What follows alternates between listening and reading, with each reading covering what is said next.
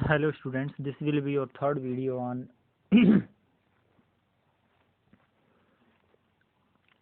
Earth and the solar system.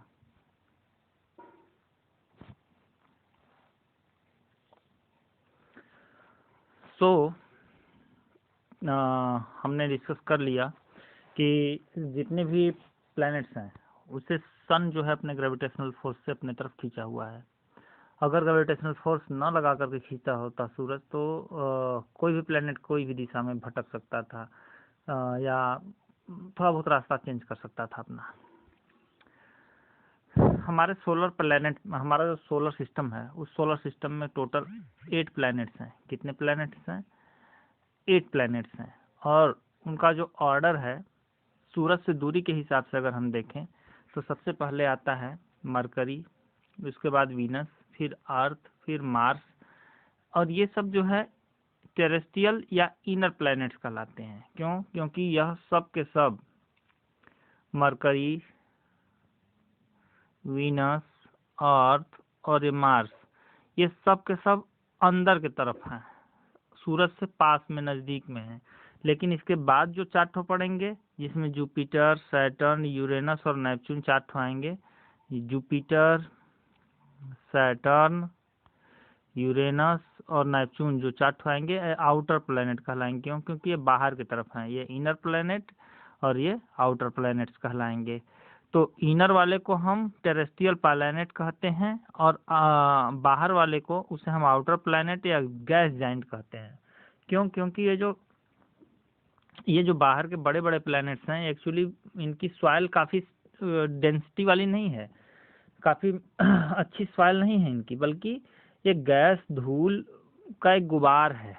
Gas धूल का एक गुबार है और इसका उतना सॉलिड वो नहीं है, बॉडी इतना सॉलिड नहीं है जिससे कि हम उसे मिट्टी की तरह, खेती की तरह उसका यूज कर सकें। बल्कि ये क्या है? यह गैस का एक गोला है, इसलिए हम इसे गैस जाइंट के नाम से भी जानते हैं।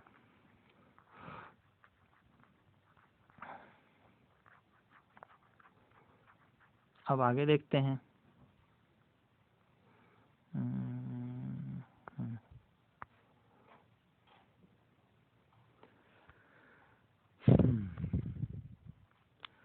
तो हाँ, तो अब हम देखते हैं कि प्लैनेट्स हैं क्या। प्लैनेट्स आर हेवनली बॉडीज, यानी यह आकाशीय पिंड हैं। जितने भी प्लैनेट्स हैं वो क्या हैं? आकाशीय पिंड हैं, आकाश में ही जन्मे हैं, आकाश में ही उड़ रहे हैं। और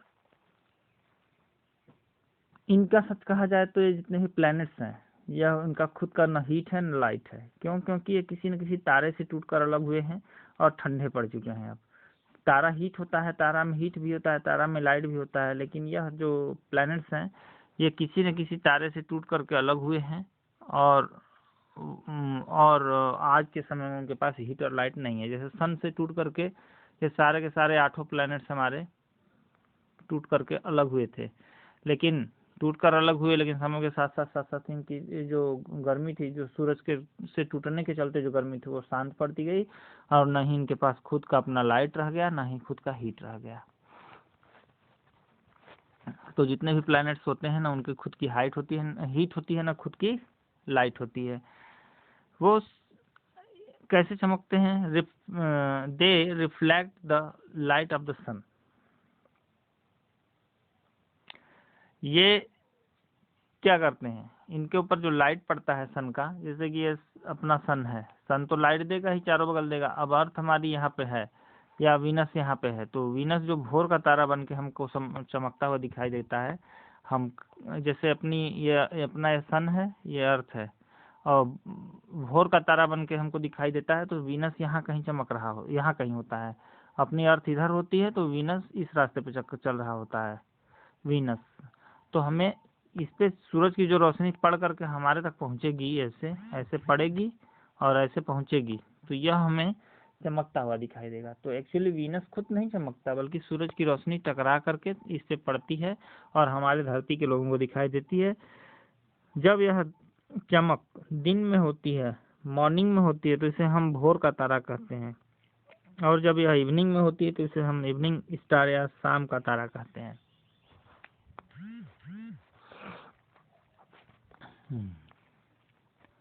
अब जितने भी प्लैनेट्स हैं, जब ये सूरज से या किसी भी बॉडी से टूटकर अलग हुए थे, तो ये टेढ़े मेढ़े थे। कैसे थे? टेढ़े मेढ़े थे, लेकिन इस तरीके से थे। लेकिन जब ये चक्कर काटने लगे और अपनी जगह पे रोटेशन या रेवोल्यूशन करने लगे, तो रोटेट या रोटेशन करने के चलते, खास करके जैसे कोई भी पिंड है, टेढ़ा मेढ़ा है और इस तरीके से वो चक्कर काट रहा है, अपने ही एक्सिस पे चक्कर काट रहा है, तो घूमते घूमते घूमते घूमते घूमते घूमते क्या हो जाएगा? गोल शेप में हो जाएगा। तो लगभग जितने भी प्लैनेट्स हैं जितने भी प्लैनेट्स हैं वह क्या है? स्फेरिकल शेप में है, यानी गोल आकार में है। ठीक है। अब they revolve around the sun in elliptical path called orbit west to east direction। देखो ये सन है। अब जैसा कि ये बोल रहा है रेवोल्यूशन कर रहा है, रेवोल्यूशन का मतलब चारों ओर भ्रमण कर रहा है इसके, कोई भी प्लैनेट भ्रमण कर रहा है इसके चारों बगल।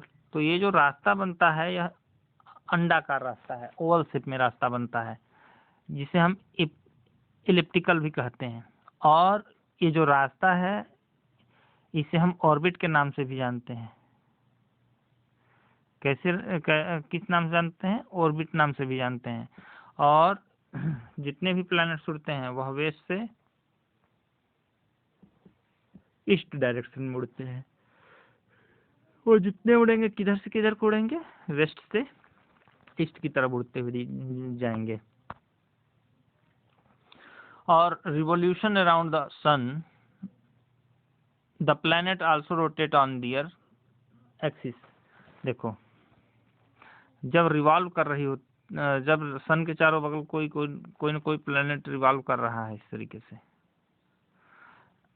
हमारा ऐसा मानना है, बल्कि सच्चाई भी है कि कोई रिवॉल्व करता ही करता है। जिस समय कोई भी प्लैनेट रिवॉल्व कर रहा होता है,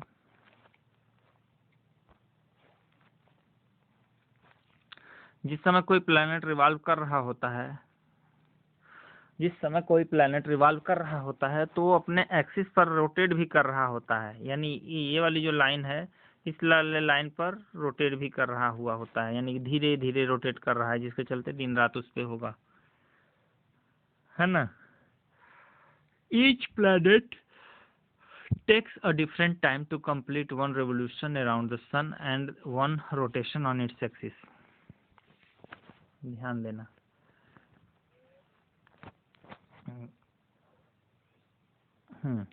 ये है सन।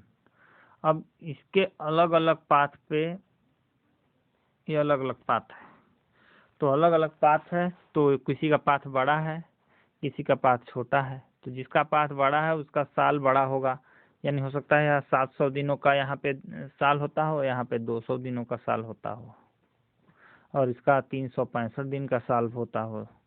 तो ये जो राउंड काटने का टोटल टाइमिंग है, यहाँ से वहाँ, यहाँ से वहाँ, यहाँ से वहाँ, इसको हम वर्ष के नाम से जानते हैं कि कितना दिन का वर्ष होगा इसका, कितना दिन का वर्ष होगा इसका। और जो रोटेशन है, यानी कि अपने जगह पर ही खुद अपने ही एक्सिस से इस तरीके से घूम जाना, तो यह क्या कहलाता है? यह 24 आवर का धरती के लिए 24 आवर का है।